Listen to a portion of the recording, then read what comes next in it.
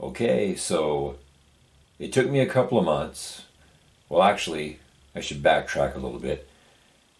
It took me about, oh God, who knows how many years it's been since this model was actually released by Moebius. But I recall seeing it on various sites and wishing I could get it. And for whatever the reason, I just kept putting it off and never did. And then, life takes over. You forget about things. And recently, it was last September, it was my birthday, and I had some birthday money, and I was snooping around Amazon, and there it was, and I remembered, oh yeah, I wanted to build that kit really bad years ago. So, went ahead and picked it up, obviously, and here it is on my desk. But the model is not in this box. This box is empty because it is completed. I figured I would wait until I'd finished the entire model and then do a video, just sort of showing what I did. There was a previous model kit from Moebius, the Bride of Frankenstein, which turned into a really neato kit where I did a lot of customizing and adding on and stuff to it. And so for this one, because it was another Moebius model, and all these Moebius, classic horror monster model kits, they're all so good. The parts fit together really, really excellently. You don't run into a lot of issues. There was only one real issue I ran into while building this model that I don't know if anybody else ran into, and so I went ahead and expanded on this, just like I had for my Bride of Frankenstein kit, which I built about 7 years ago. And so that one back then took about 2 months to finish. This one ended up taking about 2 months also, but really I probably could have made it a lot faster, but just life takes over.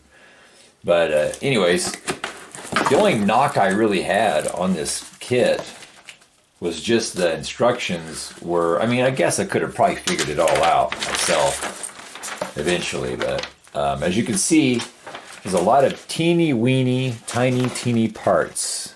Maybe you can see them, maybe you can't, but there's a lot of little teeny weeny, tiny, teeny, it's like a cluster of all these little tiny parts.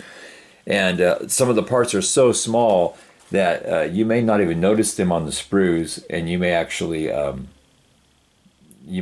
just go, just throw them away, and not even realize it. Little things like his nose, which is right there. It's so tiny that if you're not looking carefully, you'll lose track of it. But of course, for his figure, that part of the build, it's a lot like the old Aurora kits, only the actual, I guess you call it the sculpt, the final figure is much, way advanced beyond what the old Aurora kits were. The head doesn't look too big, for instance, and things like that.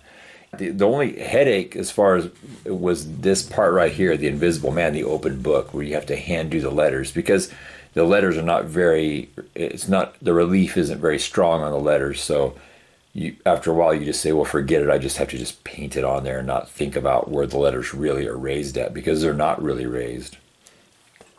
The other real only stinker part about the actual construction is this right here. The head, if you see right here, they've got the two halves of the head, they come together. And so there's a seam that goes over the top of the head, which is fine. I'll take that over a seam that goes up the center of the face. When you put them both together, and I hope this isn't blurry, it goes down inside this hollow neck assembly piece, which is all one piece right here in the center, and you're just kind of fitting it in there. Well, it doesn't really fit, and you end up having to cut the neck down and keep cutting it narrower until finally it will fit in just right. But of course, you got to take it slow, because if you cut too much, well, now you got to build the neck back up. Because if you just stick it in like the way they're saying, he ends up with a head. It kind of looks like I forgot the character's name, but there was a character on the original Battlestar Galactica.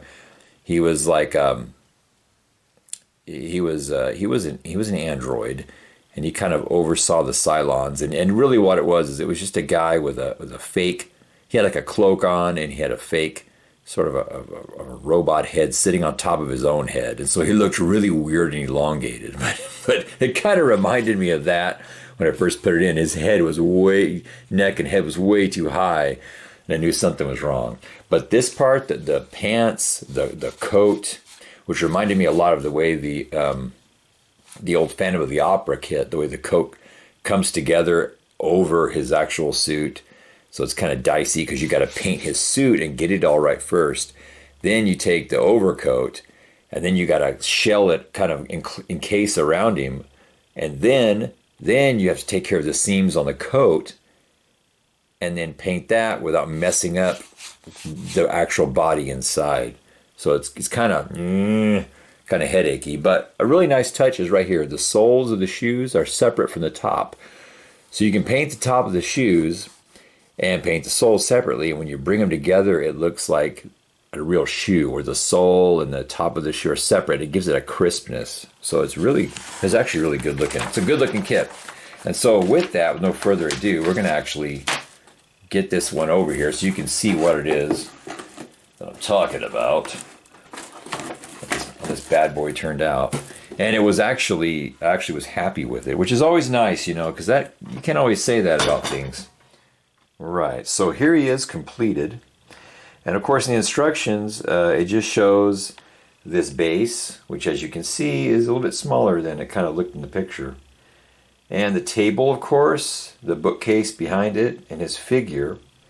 But even though it says on the box, it says H.G. Wells, The Invisible Man. And nowhere have I noticed any kind of reference to Universal Studios. I guess maybe they couldn't get permission to do that. But this is obviously supposed to be the scene from the James Whale, Claude Rains as the Invisible Man, the original one in the 30s. When I guess he'd be the constable and the townspeople are all nosy, and they're up there at the doorway of the tavern upstairs room where he's at. And finally he's had enough and he starts ripping his bandages off. As a matter of fact, there's that shot where he takes his prosthetic nose off and he throws it on the table. And sure enough, they made sure to give you a little nose that you could put down on the table right there, and there it is. It definitely is supposed to be, from the Universal movie. So I went ahead and did what I could to sort of bring that environment in to the model. And so the first step was I was going to have to make sure I had a wall. And the wall is made up of 1/8-inch plywood. And I'll spin it around so you can see. I can spin it around without, because it actually is pretty substantial now. The model's pretty, it's not flimsy anymore. There we go. You can see it from behind now. It's a 1/8-inch piece of plywood, and I cut it out with a jigsaw, and instead of letting it be a big square, like that, I went ahead and cut it this way. Sort of like what they've done. I've seen it done before in stage plays when you're trying to communicate you're in a room. And so lots of times they'll just have a picture frame, a windowsill, just sort of floating with nothing, no wall at all, to communicate the idea that you're seeing a wall behind them or they're in a room. So I went ahead and sawed it off on the edges and to give it sort of like it's a vignette, like it's fading away. And braced it with some square-edged wooden dowels. And I nailed that stinker into the bottom of this wood base, which I bought, I think, at Walmart or something. It was laying around. I'd had it for a while. And it's also got wood glue under it to sort of, strengthen it there. And there is a piece of watercolor paper right here. And this is what I did a little painting of the winter scene, which shows through the window. We'll spin this guy back around again. Feels like an old Wheel of Fortune segment after you've won your puzzle and they get to go around and select prizes. There's the fogging effect around the window edges, so it looks like it's cold. And there's, of course, the snow blizzard outside. And the handles, I ended up, that was a real late in the game thought. I realized, there's no handles to open the window. Those are made of Sculpey and then just painted. And this window frame and everything is just made with various sized wooden dowels, like matchstick size, popsicle sticks, all that stuff. You can do just about anything with popsicle sticks if you're patient enough.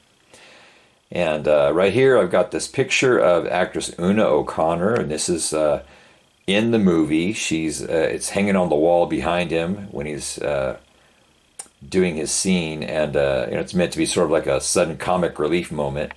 And it is actually the same picture that's in the movie. What I did is I did a screen grab where I had a good shot of the picture, and then I just printed it out and made a little tiny frame. And then I put the frame, I glued it right up on the edge of the wall instead of trying to keep it within the wall, So that way, again, it communicates along with the window frame that the wall actually goes on, but we're just not showing you. The wall itself is kind of fading away. And I think it turned out okay. The shelf on the wall back here is actually a leftover from the Moebius Bride of Frankenstein model. When I did the customizing on that kit, I ended up with not any space for the second shelf. So I just kept it for all these years, and then it came in handy with this kit. The bookcase, I love all the clutter that they supplied. Including that skull down there, and all these books. Which, by the way, the tops of the books, the plastic is totally smooth, And I thought, well, I got to paint some page edges on here, and so I used different streaking effects of paint and stuff. All this stuff to paint the edges of the book so it would look like there were pages there. And then I found out why they didn't bother with it, and that's because it's going to be stuck in the shelf, and so all that effort is not ever going to be seen by anybody. Little halfway invisible rats trying to climb out.